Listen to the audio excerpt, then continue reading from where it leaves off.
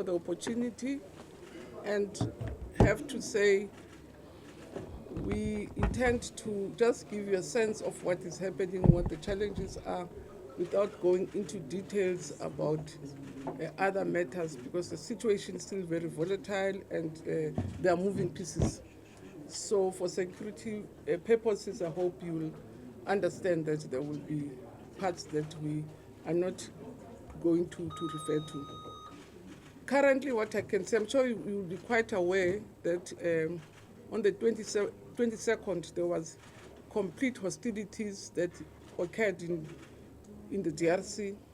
And coincidentally, I happened to have been in the DRC on Wednesday last week.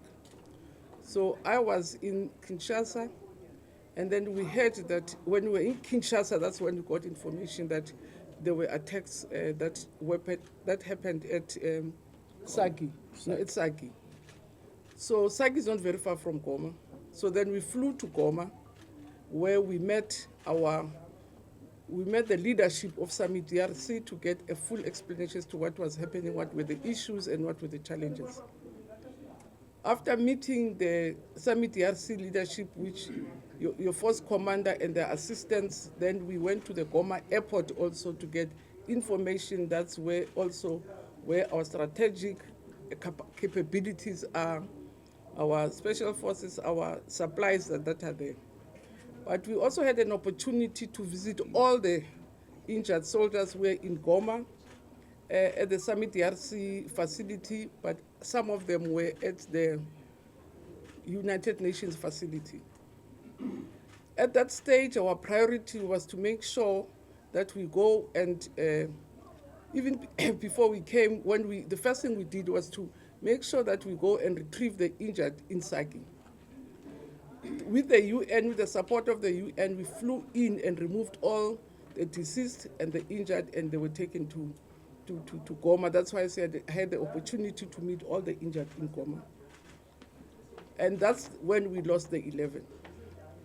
So from Goma, we went to MONUSCO, again in Kivu, to really also get a sense of what is happening, because we have your SAMIDRC forces, we have the MONUSCO forces.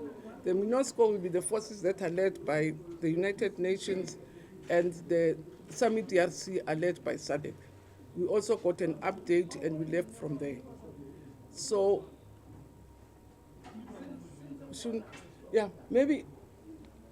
as I said, the idea really was to come and speak to the media.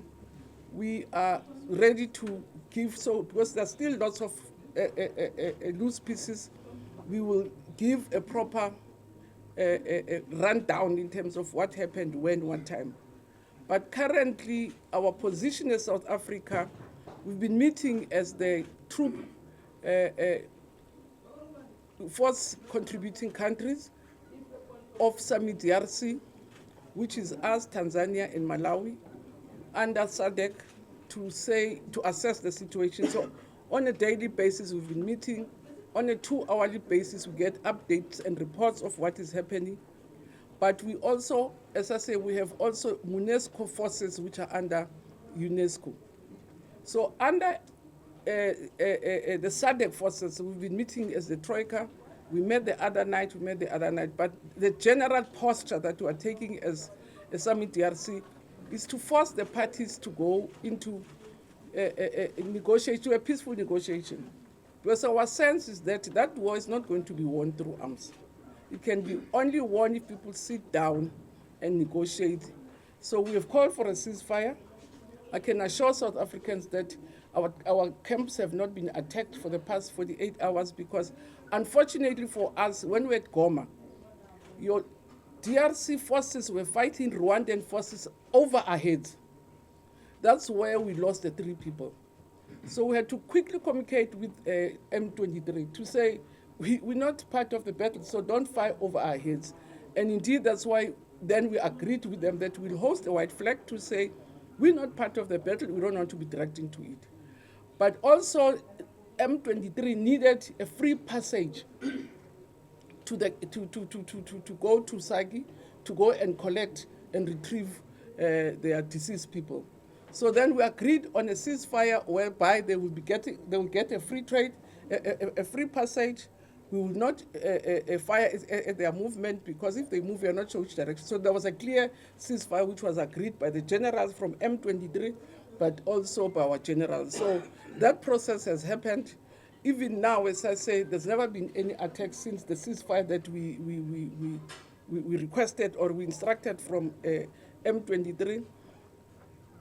The latest information that I got around 1 o'clock said there's intense fighting in Goma between your M23 and your DRC forces, and the place is completely tense and the difficulties. So that's why we're communicating after every 2 hours to check what the situation is, and that's where we are.